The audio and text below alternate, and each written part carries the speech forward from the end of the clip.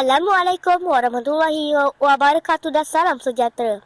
Saya Aki Kushairi daripada TVPSS Sekolah Kebangsaan Taman Ketua Kelana 2. Hari ini berlangsungnya sambutan Hari Guru 18/5/2026 peringkat sekolah. Pilih satu kertas. Berikan ini kepada guru yang sentiasa jadi hero atau heroin murid di sekolah. Berikan ini kepada guru yang sentiasa jadi hero-heroin murid di sekolah. Lepas tu, cikgu bagi kak. Oh, cikgu ke? Okey, terima kasih. Pilih satu kertas.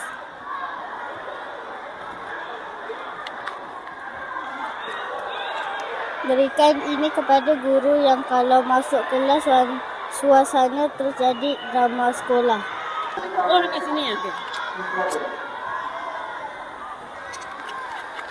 Apa ni? Baca. Berikan ini kepada guru yang kalau masuk kelas suasana terus jadi drama sekolah. Maksudnya? Ni. Saya lah. Drama sekolah. Lepas tu nak cakap apa lagi? Pilih satu hadiah. Satu kertas.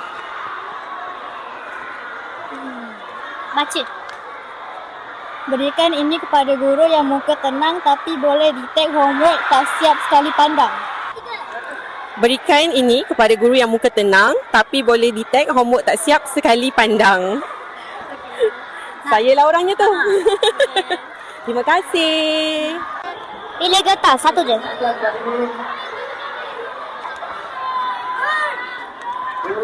Berikan ini kepada guru yang paling baik hati tapi kerja sekolah tetap banyak. Teacher, cuba teacher baca. Berikan ini kepada guru yang paling baik hati tapi kerja sekolah tetap banyak. Okey, terima kasih. Pilih satu kertas. Berikan ini kepada guru yang muka garang tapi suka belanja murid makan. Berikan ini kepada guru yang muka garang tapi suka belanja murid makan. Terima kasih. Pilih satu kertas.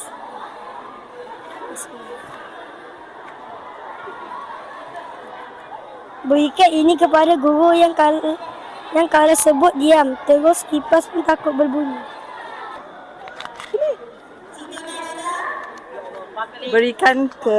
Berikan ini kepada guru yang kalau diam, terus kipas pun takut berbunyi. Saya ke? Baik, terima kasih. Oh, terima kasih.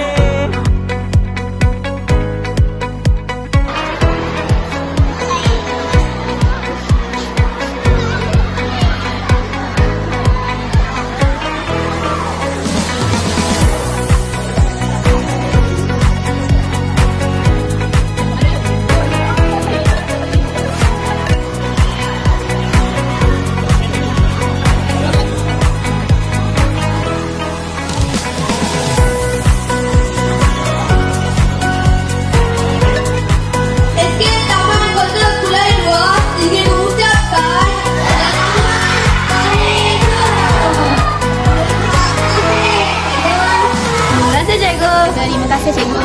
Terima kasih cikgu. Terima kasih cikgu.